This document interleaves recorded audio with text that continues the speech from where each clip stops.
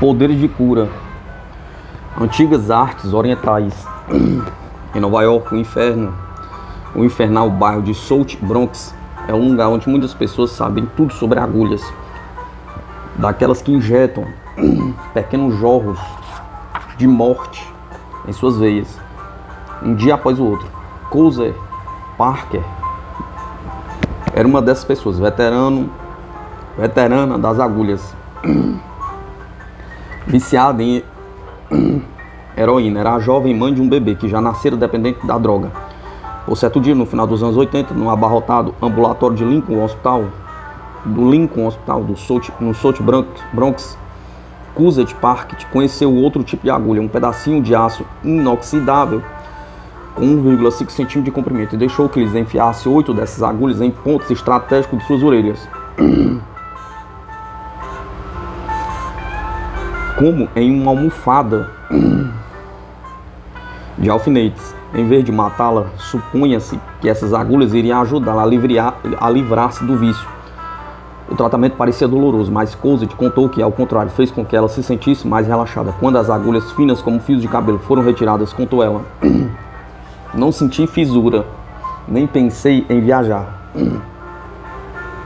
Resta ver se as novas agulhas afastarão Couser permanentemente daquelas outras. Todavia, os médicos que conhecem o tratamento afirmam que ele oferece esperanças reais, não só aos usuários de heroína, mas também para viciados em inúmeras outras drogas, principalmente álcool e crack, a forma fumável e poderosamente viciante da cocaína. Eu diria que o tratamento mais promissor que vi em 15 anos, disse o Dr. Bernard Bihari, supervisor de terapia no King's County Hospital, no Brooklyn. Esse promissor tratamento novo é a acupuntura, uma das mais antigas terapias conhecidas. Médicos chineses praticam-na há pelo menos 2.500 anos e consideram-na como uma arma de amplo espectro contra muitas das moléstias que atormentam a raça humana. É provável que a acupuntura seja a mais famosa de diversas terapias orientais que migram para o Ocidente nesses últimos anos. Sob o título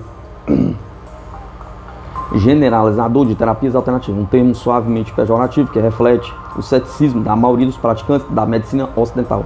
A desconfiança parece estar diminuindo um pouco à medida que cada vez mais médicos ocidentais começam a se demonstrar dispostos a estudar ou até mesmo a adotar os velhos métodos estrangeiros, com a esperança talvez de que um encontro entre o Oriente e o Ocidente possa render algum híbrido proveitoso. Contudo, para que tal união possa ocorrer, um largo abismo deve ser transposto, pois os métodos de cura não diferem apenas na técnica, mas também no sentido filosófico mais profundo. De maneira simplificada, a medicina ocidental trata de disfunções e doenças. As terapias orientais tratam das pessoas. No Ocidente, o paciente costuma ser visto como um corpo, um organismo biológico sujeito a percalços daninhos e a invasões por agentes externos nocivos. A preocupação central das terapias ocidentais reside em reparar os danos e diagnosticar, isolar e tratar a doença invasora. No Oriente, contudo, o paciente não é um mero corpo, e sim um amalgama integral de corpo, mente e espírito, todos igualmente importantes em interação constante com o ambiente.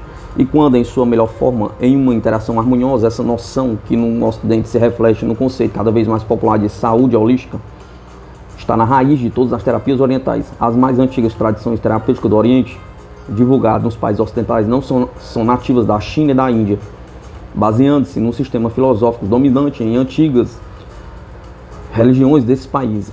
O taoísmo na China e o hinduísmo na Índia. Ao longo do século, as tradições chinesas e a indiana trocaram influências mútuas, e ambas deixaram fortes marcas no pensamento e na metodologia da medicina do Japão, da Coreia, da Indonésia, do Tibete, da Pérsia, em todo o sudoeste da Ásia. As tradições de cura holística variam significativamente de um país para o outro, mas todas têm um substrato comum, um modo de olhar para o mundo no qual a saúde não depende de uma ciência da cura isolada, mas de um todo integrado, no qual os hábitos, o comportamento e até as atitudes morais interferem no bem-estar do indivíduo. A melhor representação dessa noção talvez seja na antiga filosofia chinesa chamada taoísmo. Segundo Tao, palavra que significa caminho, referindo-se ao princípio criador que ordena o cosmos, o universo está em perpétuo fluxo, criando-se e recriando-se em uma complexa interação de energias e potencialidades, Sempre uma mudança, sempre em mudança o cosmos está, apesar disso, sempre ordenado. A mudança é um entrelaçar de energias concorrentes que formam uma unidade inevitável. Essa ideia é representada por uma imagem que se tornou familiar para muitos ocidentais: os embriões gêmeos unidos do Yin e Yang. O Yin e o Yang representam os aparentes opostos que interagem para formar o todo cósmico. Luz e escuridão, macho e fêmea, céu e terra. Segundo tal, essas forças não são de fato antitéticas, mas aspectos complementares de uma unidade essencial. Uma precisa da outra e cada uma leva em si a semente da outra. O Yin e o Yang fluem juntos em uma dança rítmica sem fim, que expressa a harmonia do cosmos. Esses conceitos taoístas são essenciais para a compreensão das curas orientais, pois, para os seguidores desse caminho, o ser humano é um microcosmo do universo, composto pelas mesmas energias universais concorrentes, sujeitos às mesmas leis. Em um estado de saúde, a mente, o corpo e o espírito do indivíduo refletem a união do Yin com o Yang. Tudo está em equilíbrio e o funcionamento do todo é harmonioso. Contudo, quando alguém se afasta do caminho, agindo contra o fluxo da natureza e o plano cósmico, surgem problemas, não como consequência do pecado, no sentido ocidental, mas como resultado inelutável de estar em descompasso com o todo mais amplo. O equilíbrio corporal entre o Yin e o Yang pode ser perturbado, seja pela imoderação, excesso ou falta de determinado fator, seja pelo bloqueio do fluxo da energia vital que liga e nutre as várias partes. Quando isso acontece, a tarefa do curador é ajudar o indivíduo a restabelecer a sintonia do corpo com o esquema cósmico. Como conceitos, o agente de cura oriental acharia os termos saúde e doença muito menos significativos que harmonia e desarmonia. A harmonia é o estado natural das coisas. Os médicos da China antiga, ao contrário dos seus colegas ocidentais, eram pagos apenas quando o paciente ficava bem de saúde. Os pagamentos eram interrompidos se a doença recomeçasse. Esse sistema não só reforçava a ideia de que a harmonia é igual à saúde, como também dava aos médicos um incentivo adicional para fazer as pessoas sararem e se manterem saudáveis. Para os praticantes modernos dos métodos orientais, o dever do médico continua sendo patrocinar a harmonia física, mental e espiritual interdependente. Basicamente, o foco da atenção não está em curar a doença, mas em manter os pacientes livres delas. Nem é preciso dizer que essa abordagem é consideravelmente distinta do enfoque principal da medicina tradicional do Ocidente. Não existe um modo simples e conciso de explicar por que as terapias ocidentais se desenvolveram em linhas mecanicistas e não metafísicas, enquanto suas equivalentes orientais se aferraram às origens religiosas e filosóficas. Um fator, porém, diz muitas coisas. Grande parte da medicina ocidental está baseada em um conhecimento de anatomia humana, derivado, antes de mais nada, da cirurgia e da dissecação, da observação direta de todos os constituintes internos do corpo. Mas na China, tal como na Índia, a dissecação do corpo humano foi proibida durante séculos. Na China, cortar um cadáver humano era considerado como um sério insulto aos ancestrais do morto. Os chineses só começaram a estudar a anatomia no século XVIII. Além disso, tanto na China quanto na Índia, as cirurgias internas eram realizadas como moderação, como último recurso. Todo o conhecimento da anatomia vinha principalmente de modelos animais e do tratamento secular de ferimentos de guerra. Juntamente com esse conhecimento, a medicina oriental apoiava-se em observações precisas dos indivíduos externos, do funcionamento interno e em crenças metafísicas relativas ao ser humano como reflexo de uma ordem cósmica superior. Essa figura de madeira do século XVII ensinava aos médicos chineses as rotas invisíveis dos meridianos pelos quais, segundo se acreditava, circulava a energia vital, ou inseridas nos pontos em que os meridianos se ramificavam em canais. As agulhas de acupuntura regulam o qi e aliviam as moléstias.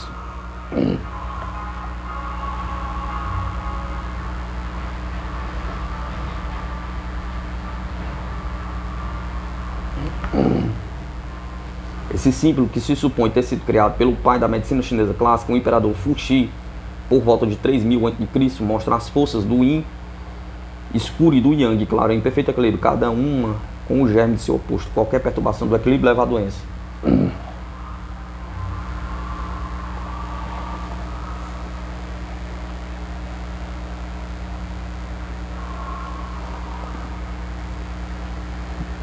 É por isso que nas curas chinesas, por exemplo, há 6 órgãos sólidos, ou em coração, pulmão, pulmões, fígado, rim, baço e protetor do coração, ou pericárdio, que se harmoniza com 6 órgãos ocos ou yang, intestino delgado, intestino grosso, vesícula biliar, bexiga, estômago e aquecedor triplo.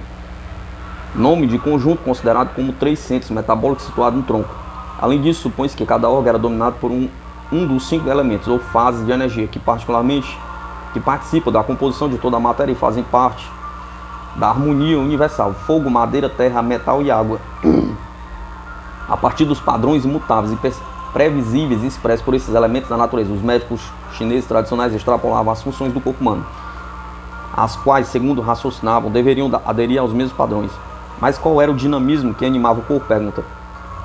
A medicina oriental responde a essa pergunta com o conceito de que por trás de todos os fenômenos havia uma força vital invisível, que animava tanto os indivíduos como o universo. Mas nos seres humanos, essa energia fluía através do corpo, da mente e do espírito para vitalizá-los e regular suas interações.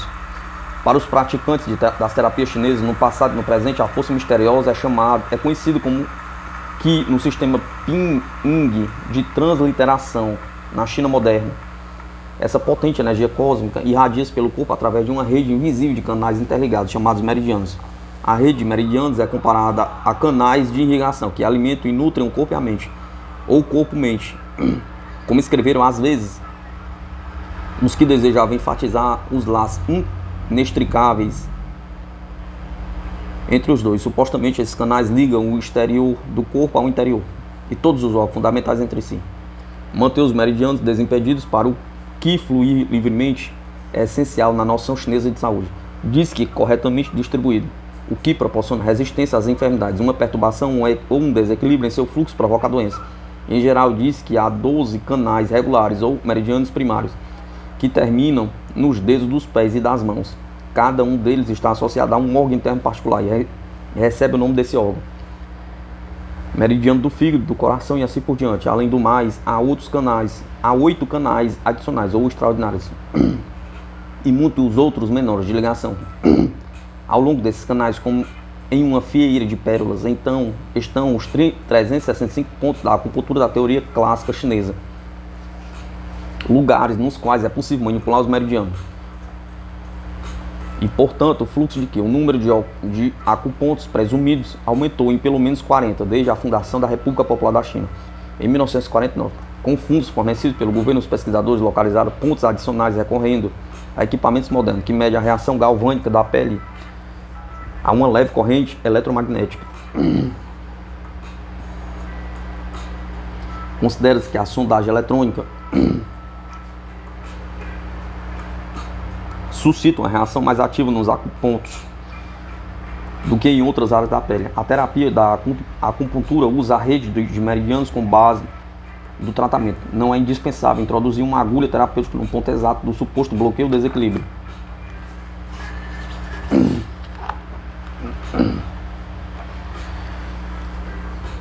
Uma modelo exibe 2 dúzias de agulhas estrategicamente colocadas para tratar dores de cabeça, rosto e pescoço. O ângulo e a profundidade de cada uma depende do tecido da pele e da sensibilidade da pessoa. A finíssima ponta das agulhas, em geral, não causa qualquer dor.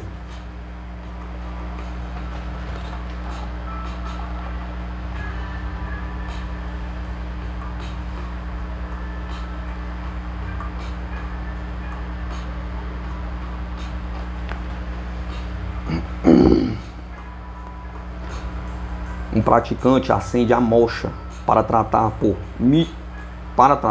mixubustão o resfriado de um paciente. O chumaço inflamado de ervas é mantido acima de um acuponto ou preso a uma agulha de acupuntura, como aqui, para estimular o Qi.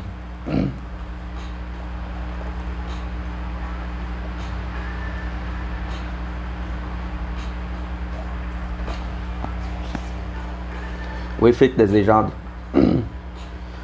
pode ser obtido com a aplicação do acuponto que governa a parte do corpo que precisa de alívio, ou se relaciona com ela. Por exemplo, uma agulha inserida no dedo do pé corresponde ao início do meridiano do baço. Pode ser sentida em todos os outros 20 pontos desse meridiano, que só pela perna atravessa a bacia, o abdômen e o tórax, até a axila. Desse modo, uma só agulha pode afetar qualquer área entre diversas, sendo algumas bem distantes do ponto de inserção. Teoricamente, a acupuntura pode tanto estimular o fluxo de qi como drenar o excesso. O clínico baseia-se nos sintomas do paciente para definir o processo necessário e a maneira como deve ser efetuado. Para administrar o tratamento, o praticante precisa ter um conhecimento completo da rede de meridianos, uma compreensão de como ela reflete os princípios básicos das artes chinesas de cura, da cura e a mão hábil para inserir as agulhas corretamente e sem dor. O tamanho das agulhas usadas, a profundidade com que devem ser inseridas, quanto tempo deve permanecer e como devem ser giradas ou manipuladas são fatores que afetam o tratamento. Diversas terapias seguem princípios equivalentes aos da acupuntura. Destas, uma das mais populares e veneradas, tão antiga quanto a própria acupuntura, é a moxibustão. Essa técnica também se baseia nos meridianos e acupontos, uma substância que é preparada com uma planta pulverizada chamada moxa, variedade de Artemisia. Pode ser presa a uma agulha ou posta em um montinho sobre outra substância que sirva de proteção, em geral gengibre. É aplicado à pele do paciente no acuponto apropriado. A planta é queimada e o calor acumulado passa através da substância protetora para o ponto da pele. É mais comum enrolar a planta em bastões semelhantes a charutos. Ao aproximar da pele, a ponta acesa do bastão. O terapeuta aplica no acuponto e o calor necessário. Os terapeutas modernos às vezes substituem as agulhas por outros estímulos. A eletroacupuntura usa uma ligeira corrente elétrica. A ultrassonografia emprega ondas ultrassônicas e o laser puntura recorre a minúsculos raios laser. Outra técnica correlatas inclui a acupressão, a aplicação de pressão das mãos ou dos dedos sobre os acupontos. Homeoacupuntura, que é a injeção das soluções homeopáticas nos acupontos. Na tradição chinesa, a acupuntura tem uma longa história repleta de sucesso no tratamento de uma espantosa variedade de perturbações. Sua suposta flexibilidade e seu alcance permanece basicamente nos limites da noção subjacente do Qi, o que é a fonte da saúde. E a acupuntura regula o Qi. Portanto, a acupuntura pode restaurar a harmonia, a saúde de qualquer pessoa que esteja dessintonizada com o tal e tenha por isso se tornado enferma. Mas esse tipo de certeza sobre os efeitos da acupuntura é rara no Ocidente, onde ela é objeto de críticas desencontradas. A Organização Mundial da Saúde relaciona cerca de 40 afecções apropriadas para a acupuntura, entre elas bronquite, colite, diarreia e gastrite. Na corrente principal da medicina ocidental, porém, as opiniões sobre a eficácia do tratamento vão da crença que se trata de uma virtual panaceia, exatamente como afirmam seus antigos praticantes, e a afirmativa de que não passa de puro e simples charlatanice. Entre os dois extremos, muitos ocidentais acham que a acupuntura funciona se for usada em conjunção com o estilo geral de vida condizente com a boa saúde física e mental, ou que pode às vezes oferecer bons resultados por causa do seu poder persuasivo ou hipnótico sobre pacientes que acreditam em sua eficácia, ou que funciona mais por razões que seus antigos progenitores chineses não poderiam ter imaginado nem entendido. A maioria dos médicos americanos que experimentaram a acupuntura usaram principalmente para aliviar a dor de dentes, as enxaquecas e as nevralgias, ou as dores causadas por problemas em músculos, ossos e juntas, como artrite. Alguns adotaram-na como propósito cosmético, sustentando que ela pode produzir alguns dos mesmos efeitos que a cirurgia plástica no rosto. Outros ainda experimentaram programas para curar o vício da nicotina, obesidade, insônia, depressão e até esquizofrenia. Um médico de Nova York, cujo grupo clínico aplica a acupuntura em associação com tratamentos convencionais, afirma que para a dor, a acupuntura é provavelmente o tratamento mais seguro, com menores efeitos colaterais e um maior benefício. Deveria ser a primeira linha de defesa, não a última. 2 estreitos feixes pulsantes de luz vermelha de laser substituem as agulhas tradicionais no tratamento de um paciente no Instituto de Acupuntura de Pequim. Diz que essa associação feita pelos americanos de tecnologia do século XX com a antiga arte médica acelera o custo do tratamento e elimina possíveis efeitos colaterais das agulhas, como infecções ou danos aos nervos e vasos sanguíneos.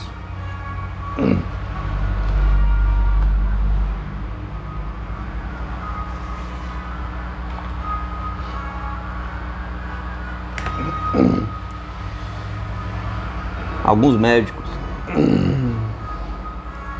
ocidentais concordam que a acupuntura é eficaz para aliviar a dor, mas acham que isso ocorre por razões bem distintas dos enledos metafísicos sobre energias universais e harmonia cósmica. No final dos anos 70, os cientistas ocidentais descobriram que o cérebro produz certas substâncias químicas, entre elas a encefalina e a endorfina, que de alguma maneira parecida com a morfina,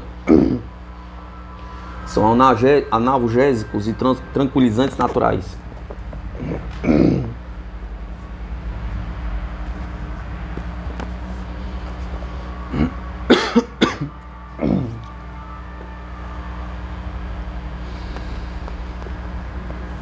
O professor de Cambridge, Joseph Needham, bioquímico e fisiologista inglês, que a New York Review of Books chamou de a mais destacada autoridade mundial em ciência chinesa, especulou que a acupuntura pode estimular o sistema nervoso e a liberar esses analgésicos que ocorrem naturalmente. Se essa teoria, hoje adotada por muitos pesquisadores em diversos países, estiver correta, ela reforça a ideia de que a acupuntura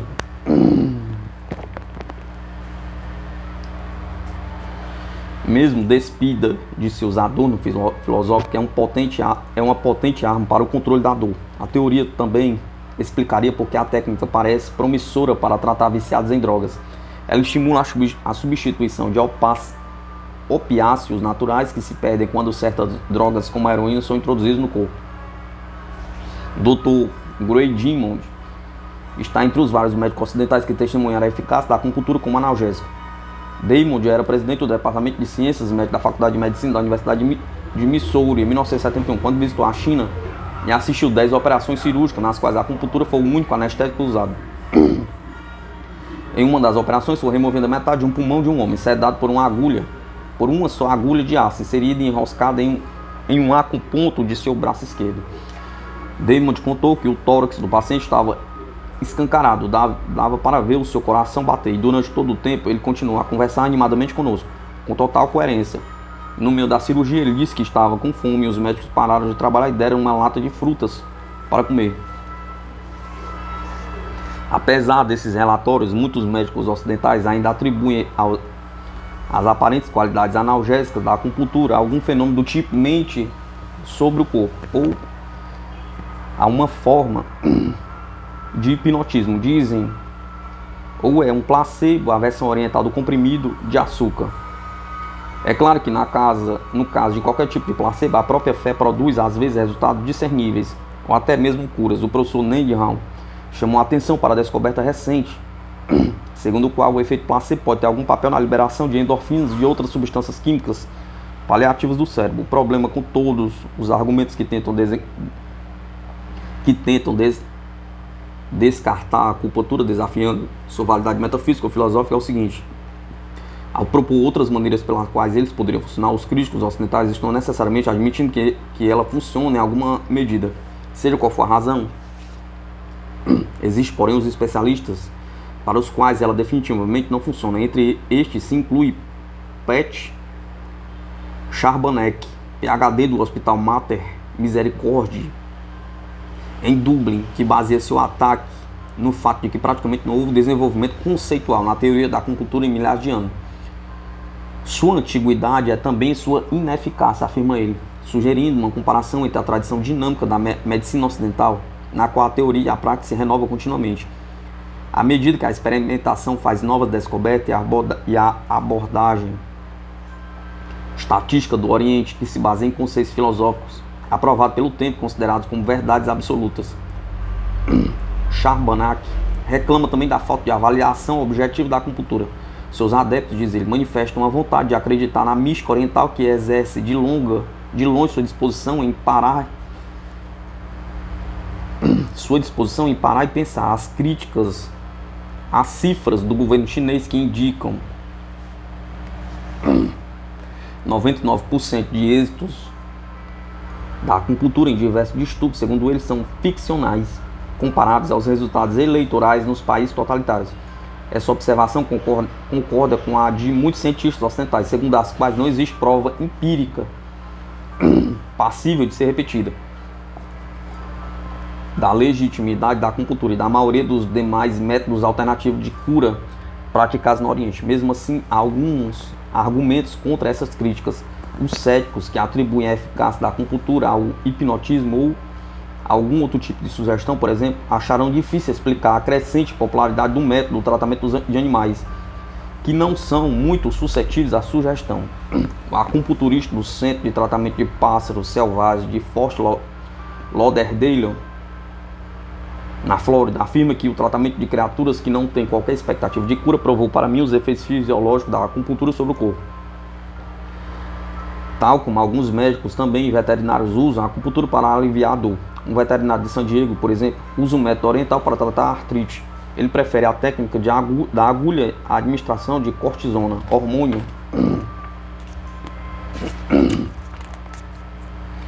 cujos efeitos colaterais negativos podem incluir perda de tecido ósseo, perda de cabelos e amolecimento dos músculos.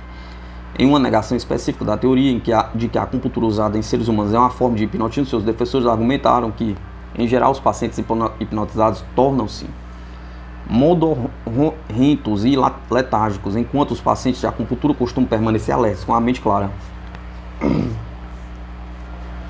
Quanto à falta de um fundamento empírico para a acupuntura, seus partidários assinalam que, na verdade, existe uma vasta e detalhada biblioteca de observações clínicas compilada ao longo de milhares de anos, permitindo observar o que funciona ou não, embora em termos ocidentais isso não corresponda a uma prova empírica.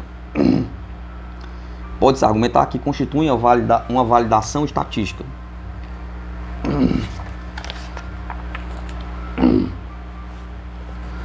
O tranquilo poder de Qigong.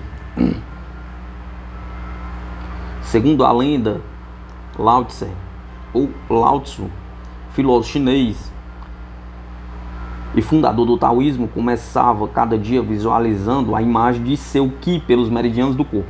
Ele sintonizava tão bem esse fluxo e refluxo que conseguia detectar qualquer desequilíbrio.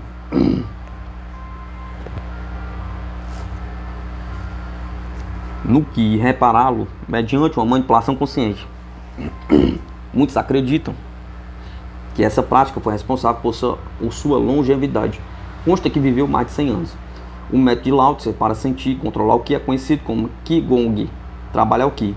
O Qigong consiste em uma respiração ordenada em movimentos físicos estilizados, realizados enquanto se visualiza o fluxo de energia. Alguns descrevem o Qi como uma pressão ou um fogo líquido que corre pelo corpo.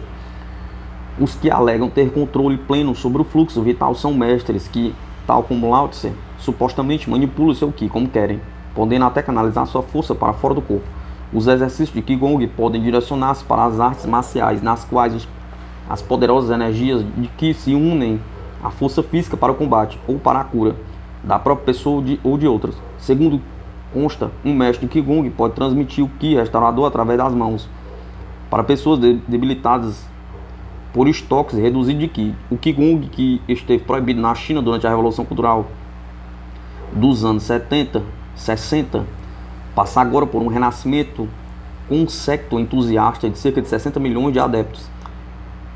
Está também chamando a atenção no exterior. Na China, os estrangeiros fazem fila para assistir o curso de treinamento e demonstrações do benefício terapêutico do Qigong.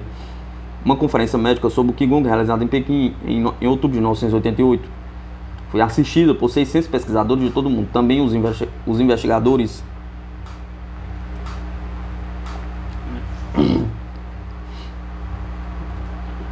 demonstraram interesse pelo Qigong. Uma empresa americana está financiando um centro americano de reabilitação de Qigong. Estudantes de Qigong é uma clínica de Pequim com centros na rótula quebrada da paciente suspensa.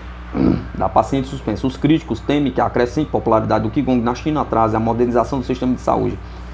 Ao nascer do sol, um grupo faz exercício de Tai Chi em Xangai. Supõe-se que o Tai Chi, uma fusão do Qigong com lentos movimentos marciais, revitaliza as células do corpo. Um terapeuta de Qigong em Pequim passa sua energia curativa para uma vítima de câncer no pulmão de 77 anos. Pacientes de câncer chineses relatam melhora do apetite e a redução da dor após o tratamento diário de Qigong.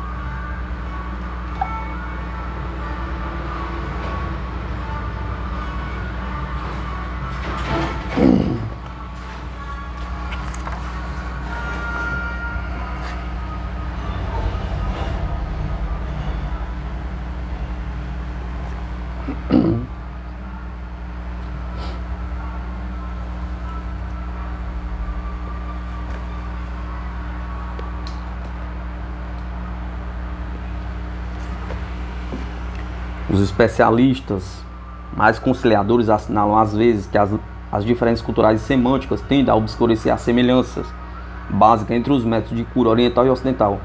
É obviamente difícil para um médico ocidental acostumado à terminologia grega e latina lidar com diagnósticos como fogo interno, saco fraco, sangue fraco ou vento interno, fleuma em excesso, e argumento que, apesar disso, as duas tradições podem não estar tão afastadas. O professor Barry Carran, médico PhD e cátedra da Faculdade de Medicina da Universidade do Texas em Houston, observou que o Yin e Yang tem muitos correspondentes na medicina ocidental. Cita como exemplos os complicados mecanismos de regulação e controle do sistema imunológico, na qual células supressoras Yin e auxiliares Yang ou linfócitos estão em oposição e, no entanto, são totalmente interdependentes. O desequilíbrio de população em um ou outro grupo de células pode causar a doença. Para mim, um aspecto mais interessante do Yin e Yang é o conceito de unidade, pois há unidade na reação imunológica, com muitas modulações e sintonias finas, diz Carran.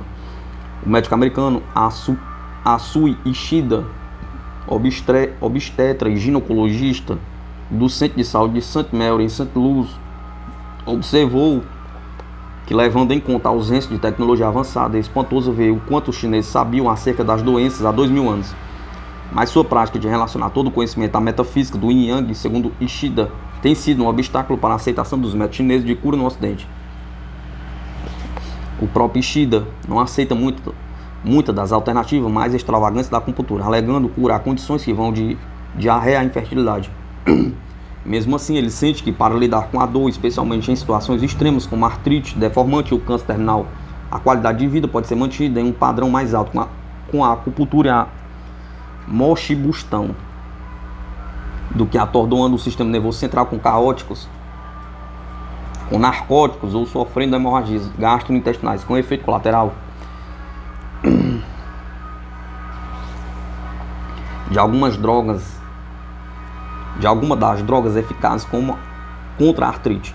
Qualquer que sejam seus defeitos ou virtudes, os métodos orientais de cura estão se tornando cada vez mais populares no Ocidente. Alguns médicos começam a ser assediados por pedidos de acupuntura e, em número cada vez maior, as clínicas e as técnicas ocidentais coexistem lado a lado com métodos chineses ou indianos.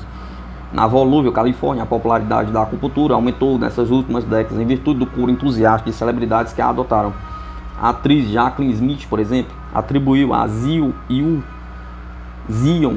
um acupunturista de Hollywood, o mérito por ter libertado de uma dor no pescoço resultante de um acidente automobilístico. Entre outros artistas famosos entusiasmadas com Yu estão a atriz Jane Fonda, os atores James Garner e Robert Wagner e o ex-Beatle George Harrison. No entanto, apesar de toda essa popularidade, Yu não escapou às críticas de médicos estabelecidos que acusaram por prática de medicina sem licença. Em 1975, porém, ele encontrou um poderoso aliado na pessoa do então governador Jerry Brown, cuja atuação fez com que o estado da Califórnia legalizasse explicitamente a prática de Yu.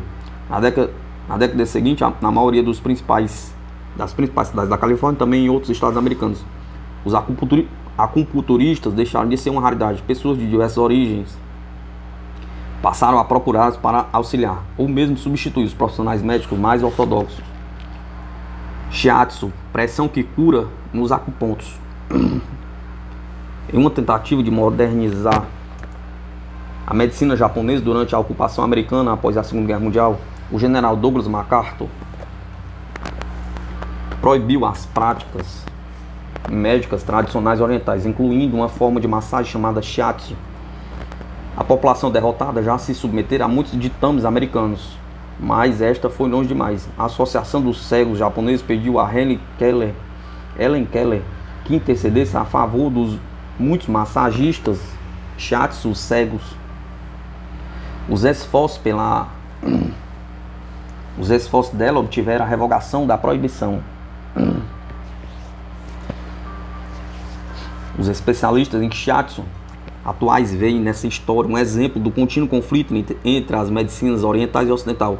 A maioria dos ocidentais reluta em classificar massagem como um tratamento médico necessário, mas o shiatsu, a forma mais comum de massagem oriental, difere muito de seus equivalentes ocidentais. Enquanto a massagem sueca usa uma vigorosa esfregadura para aliviar a tensão muscular, o shiatsu consiste em uma pressão estática em pontos localizados para curar a dor, para curar o corpo e a alma. Na verdade, o shiatsu é considerado como um complemento de outras formas orientais de tratamento, tais como a acupuntura e a moxibustão.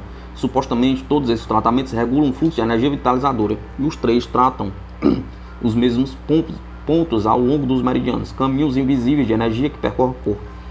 O termo shiatsu é traduzido literalmente como pressão dos dedos, mas a maioria dos profissionais usa também os cotovelos e os pés para pressionar os pontos de energia, chamados tissubus. Alguns esticam ou giram os membros do paciente, embora o tratamento possa ser doloroso. Seus adeptos têm grande confiança nos resultados em uma ampla gama de distúrbios de enxaqueca, insônia, diarreia, fadiga muscular e dor nas costas. Reflexologista apalpa os pés de um paciente. A reflexologia, tipo de shiatsu centrado nos pés e nas mãos, alega que flacidez ou uma extremidade é sinal de energia bloqueada, podendo causar doenças. Ataru Ohashi, de Nova York, aplica shiatsu ao bailarino Ivan Nagy. Inicialmente pesquisa as qualidades Yang ou Yin, depois pressiona o centro de energia do corpo, os tessubus. Para um distúrbio Yang, a pressão de Ohashi opõe-se às correntes de energia. Quando o problema é Yin, ele trabalha a favor do fluxo.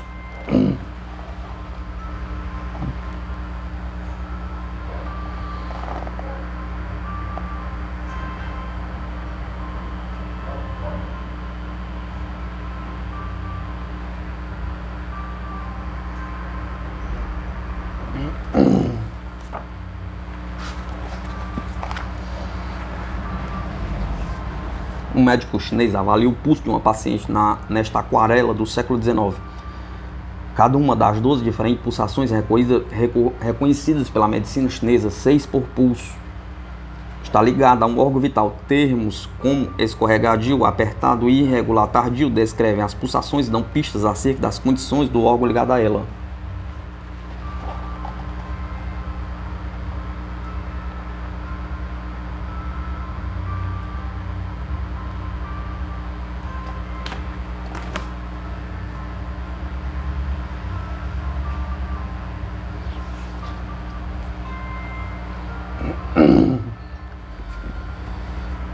Uma possível explicação para o surto de popularidade de acupuntura e de outros tratamentos orientais aqui. Apesar de seus incríveis avanços, a medicina ocidental não satisfaz a todos. Seus críticos mencionam a fria impersonalidade de abordagem estritamente científica, aliada a custos crescentes, a drogas que causam dependência ou têm efeitos colaterais imprevistos ou mesmo catastróficos, e a excessiva confiança em cirurgias para solucionar rapidamente problemas que poderiam ser superados com tratamentos mais suaves. Além do mais, as promessas que se encerram nas curas baseadas na fé podem atrair de maneira muito especial as pessoas que sofrem de doenças para as quais a medicina ocidental ainda não encontrou a cura ou mesmo tratamentos. Outro fator possível para essa aceitação das terapias orientais poderia ser sua inclusão no arsenal neomístico obrigado sob o amplo manto da nova era. A medicina holística é um dos estreitos da nova era, assim como a tendência a rejeitar a ortodoxia científica em favor de terapias alternativas exóticas, especialmente quando estas têm conexão metafísica, tal como ocorre com as técnicas orientais. Infelizmente, a crescente disposição de alguns, no sentido de procurar curas alternativas, abriu caminho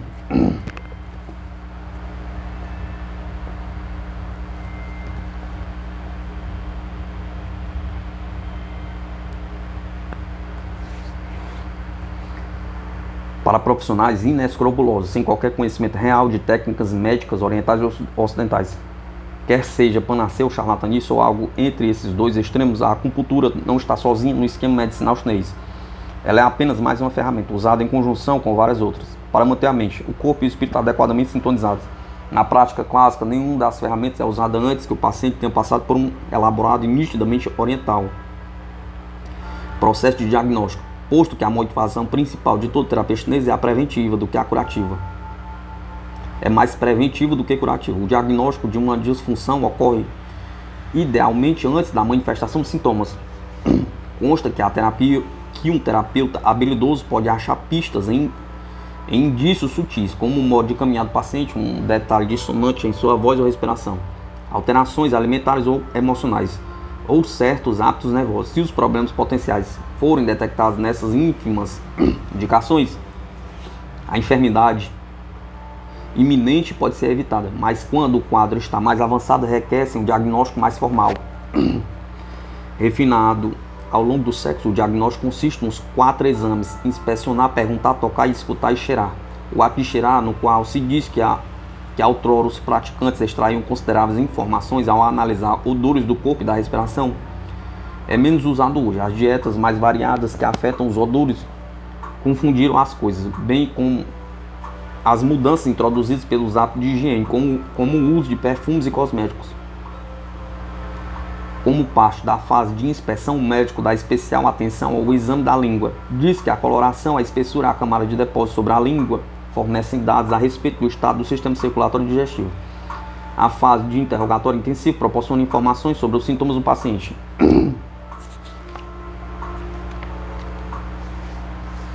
Tomar os pulsos é um dos exames realizados na importante etapa do toque. Os terapeutas chineses, na verdade, não identificaram apenas um pulso, como na medicina ocidental, mas um total de 12 a 6 em cada braço.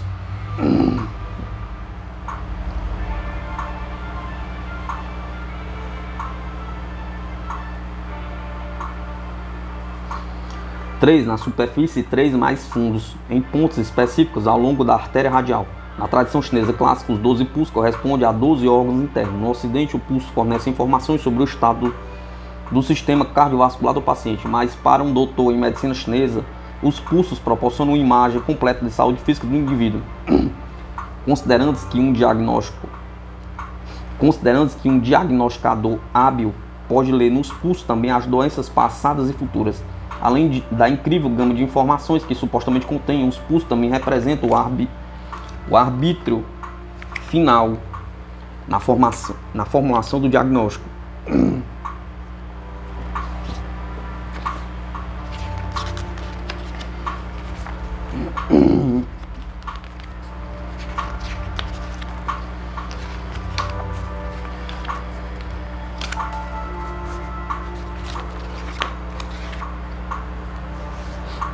Um tratado clássico sobre medicina interna chinesa, que é provavelmente o mais antigo livro de medicina existente, é o Niu Xing, também chamado de clássico da medicina interna do imperador chinês. Supõe-se que tenha sido compilado durante o reinado de Huang Ti, o imperador amarelo, provavelmente entre os anos 2697 e 2597 a.C.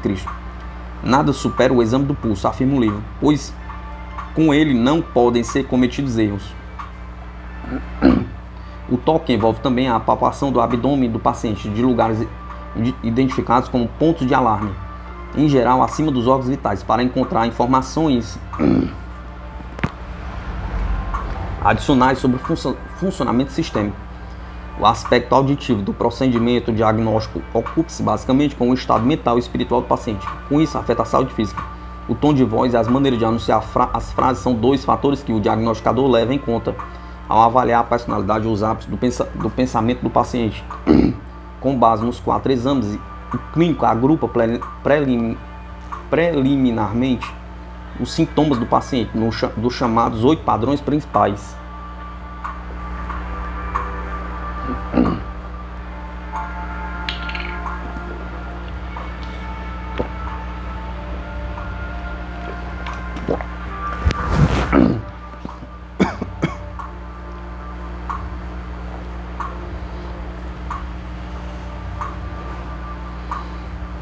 Estes são o Yin e o Yang, juntamente com outros 3 pares de opostos interativos que fazem parte do Yin e do Yang, interior e exterior. Deficiência e excesso, frio e calor. Estes, por sua vez, são divididos em várias subcategorias, antes de definir uma síndrome clínica. Tradicionalmente, a medicina chinesa descreve os distúrbios em termos dos 5 elementos ou fases de energia. A madeira, metáfora da regeneração, do crescimento e da renovação, é a categoria das moléstias do fígado. Fogo, elemento do calor, da transformação, da mudança, governa o sangue, o coração e a mente. A terra, fonte de alimento, corresponde ao sistema digestivo e ao baço. O metal, em especial o ouro, que expressa brilho corporal resultante da oxigenação adequada, é a categoria dos pulmões, e a água, alimento da vida, corresponde aos órgãos geradores. Feito o diagnóstico, procede-se ao tratamento. É provável que o terapeuta adote a acupuntura ou a Moji-Bustão, combinando-se em geral com outras técnicas. Na verdade, o Neixing apresenta 4 abordagens de tratamento, além da acupuntura e da Moji-Bustão. Cure o espírito, alimente o corpo. Unifique o corpo todo, mente e espírito, e medite. E medique. Fisioterapia ou exercício respiratório pode ser receitados para várias moléstias físicas, juntamente com a meditação para corrigir os problemas do espírito. É provável que o médico recorra a 2 outros bastiões da cura chinesa: a medicina herbária e a dieta especial, para adotar a cura pelas ervas, tal como na aplicação da acupuntura. O praticante deve ter um conhecimento considerável e uma perícia incomum, pois a prática herbolária chinesa é espantosamente complexa.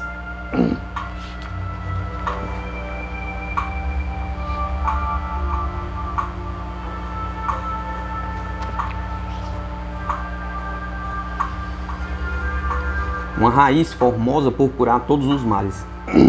A planta medicinal mais usada na Ásia e talvez do mundo é o ginseng. Os benefícios aparentemente ilimitados dessa raiz retorcida foram registrados pela primeira vez por volta de 2800 a.C. Em um dos primeiros catálogos chineses de ervas. Desde então, o ginseng tem sido usado para tratar quase todas as aflições conhecidas pela humanidade. Com efeito, enquanto seu nome em chinês significa planta-homem, porque suas raízes muitas vezes assemelham-se à forma humana. O nome botânico Panax pseudo ginseng se traduz por cura para tudo.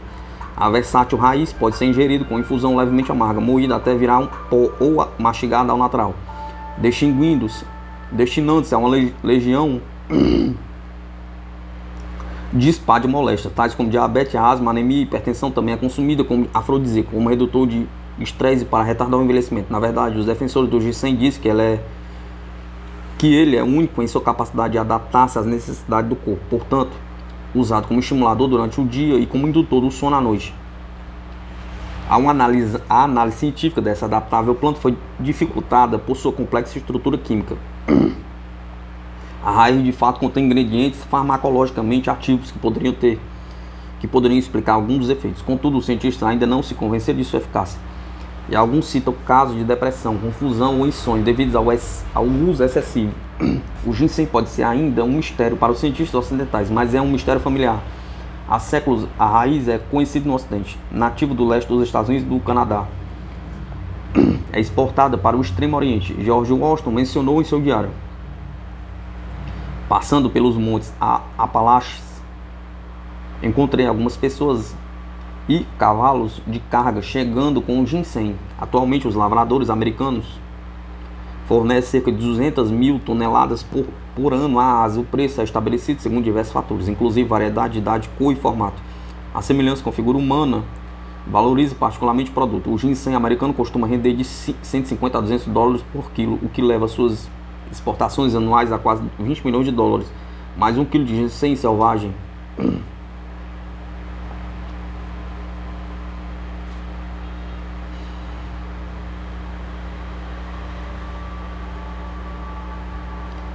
Mas um quilo de ginseng selvagem coreano pode chegar a mais de 600 dólares. As raízes com forma particularmente exótica, tal como aparece aqui, alcançaram no mercado preço de 350 dólares por grama.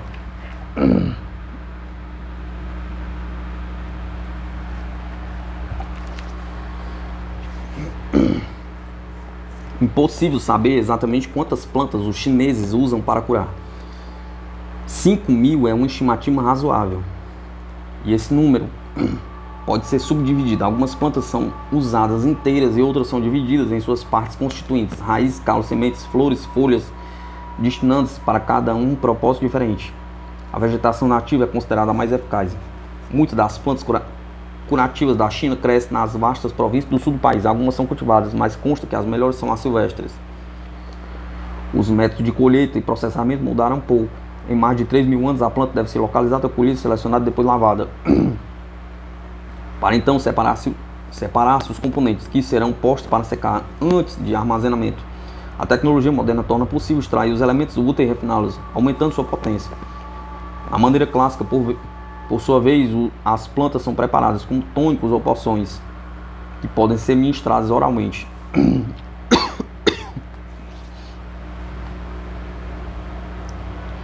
Algumas variações modernas permitem injetar a substância, mas isso não é comum. Os chineses que praticam a arte da cura acreditam que certas ervas têm afinidade com determinados órgãos, mas tal noção é apenas o ponto de partida das complexidades da medicina ervanária. No Ocidente, costuma-se supor que um remédio capaz de evitar ou curar uma doença em uma pessoa terá provavelmente o mesmo efeito em outra. Esse tipo de padronização não existe na tradição oriental, na qual cerca de 16.000 receitas herbáceas possíveis devem ser avaliadas especificamente para cada indivíduo. O Dr. David Eisenberg, médico americano da Faculdade de Medicina de Harvard, viajou para a China para realizar um estudo intensivo de sua medicina tradicional. Ele observou que se um caso de pneumonia reage dramaticamente em poucas horas, a única combinação de ervas, o próximo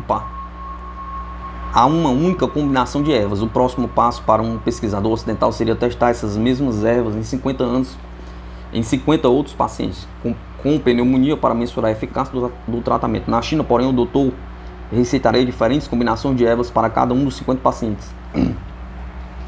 De modo geral, a medicina ocidental tende a considerar grande parte da farmacopeia herbolária chinesa como fantasiosa, com exceção de algumas substâncias cujo valor está cientificamente comprovado. Certas águas que contêm iodo, por exemplo, são usadas na China para tratar a hipertrofia da glândula tireoide, tal como o iodo é usado para tratar anomalias da tireoide no Ocidente. Os orientais, a longo tempo, recorrem ao salgueiro, que contém ácido salicílico,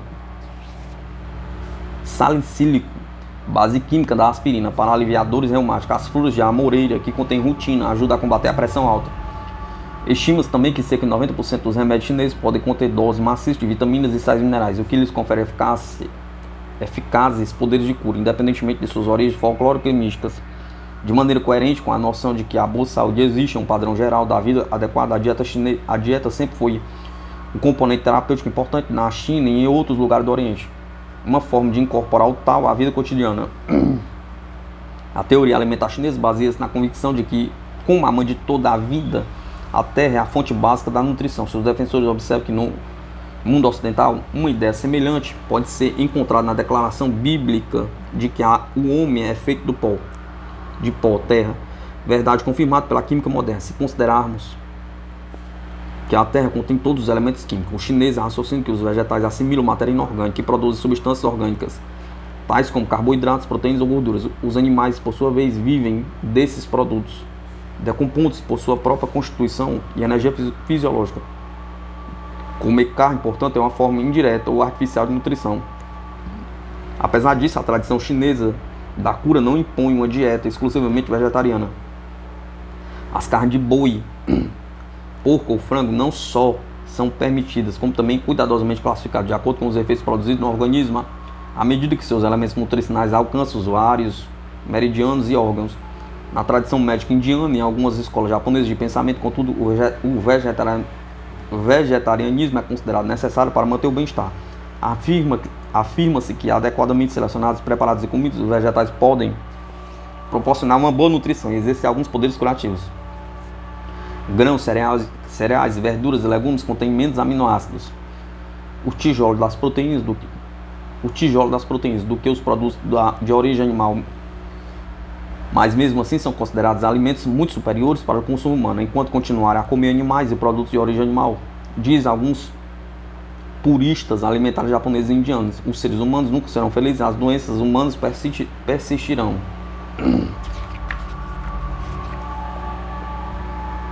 Poderes de cura.